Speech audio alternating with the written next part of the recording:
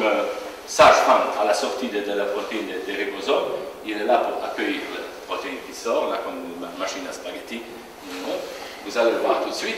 Et il le protège ici. Quand il n'est pas là, hop, le plateau d'oxydabilité est là. Si je le surproduis, voilà, ops, il est plus bas que le type sauvage. Si la mutation des ribosomes à faire plus d'erreurs fait davantage des erreurs, ops, on monte là-haut.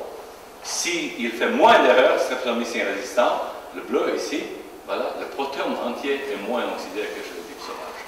Est-ce que je vous donne l'impression, voilà, que l'évolution a eu lieu, a évolué le protéome des E. coli, chez nous c'est la même chose, je peux vous le dire. 99% des protéines sont pour des conditions normales de la vie, sauf une terrible bombe atomique ou je ne sais pas quoi, une radiation terrible, sont inox. Le problème est qu'on n'est pas monoclonal, qu'on n'a pas un homme ou une femme de type sauvage, peut-être Jeanne Calment était le plus proche à ça, qui a toutes les protéines inox et qui va vivre 150 ans sans problème. Nous, on va jouer ce jeu-ci. Je vous ai déjà dit ça. Ça, c'est la sortie. Étant donné que cet répliement ici protège les 4 acides aminés d'oxydation, donc la protéine et sa fonction, quand on est le plus vulnérable, est ici, à la sortie. On ne peut pas être replié comme ça. Si on est tronqué tout le temps, tout le temps on est tronqué, et donc c'est cette protéine qui est ici, comme une sage-femme accoucheuse, ici, qui est là, hop, et elle protège, elle laisse le repliement des motifs, et elle protège cet état le plus vulnérable. Alors, si elle n'existe pas, on va induire cette chaperonine, et ils vont faire davantage de travail.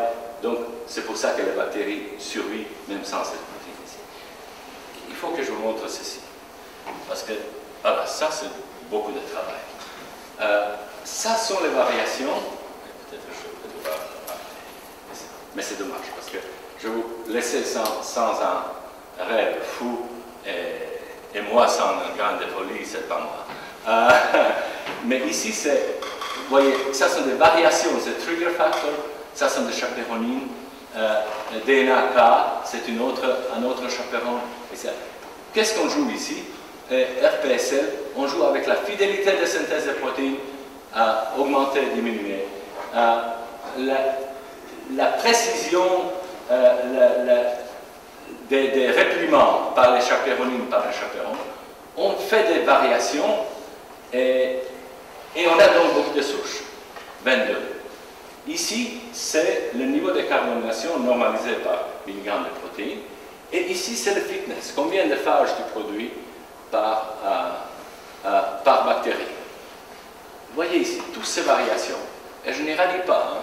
je touche à rien. Ici, sauf à cette gène-là.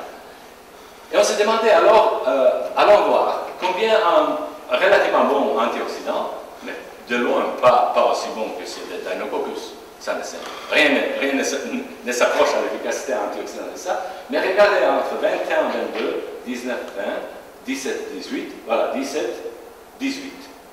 Avec un Trolox, d'ici, je diminue autant l'oxydation et j'augmente le fitness biosynthétique. Donc chaque fois le Trolox aide. Pourquoi je fais ça avec antioxydant? Parce que vous allez dire, mais une fois qu'on fait des mauvaises protéines, à cause des manques de chaperons, etc., ils sont morts parce qu'ils sont mauvais. Et le fait qu'ils sont oxydés, c'est de tirer dans un corps déjà mort. C'est un épiphénomène qui n'a aucun intérêt.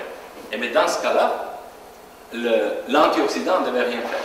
Si les protéines étaient mal formées et non fonctionnelles, bah, avec Trolox ou pas, ça devait être la même chose. Or, ça aide à chaque coup. Prenez 22, 21, 21, 22. Ah, regardez, c'est une belle amélioration. Hein. 18, 17, 18, on a déjà fait. Donc, la conclusion est que même les protéines qui ne sont pas